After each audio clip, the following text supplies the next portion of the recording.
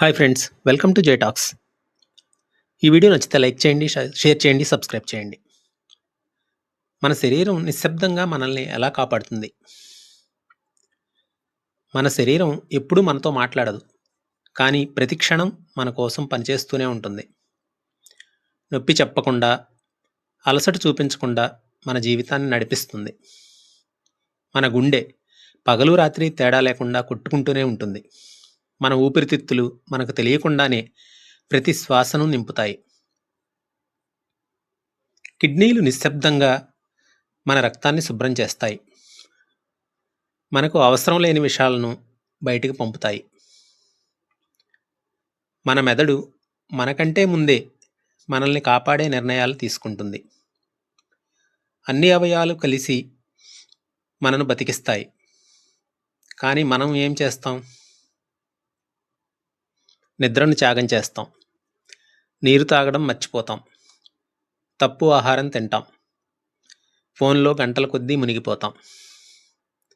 శరీరం మెల్లగా హెచ్చరిస్తుంది, కానీ అది అరవదు. నిశ్శబ్దంగానే సహిస్తుంది. మనకు అలసటగా అనిపిస్తుంది. ఫోకస్ తగ్గుతుంది, బలం తగ్గుతుంది. అప్పటికీ మనం పట్టించుకోము.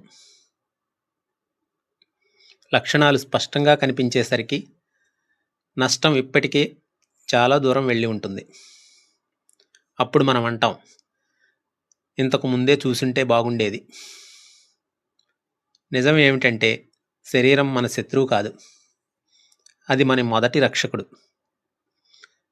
మనకు తెలియకుండానే మన కోసం పోరాడే సైనికుడు.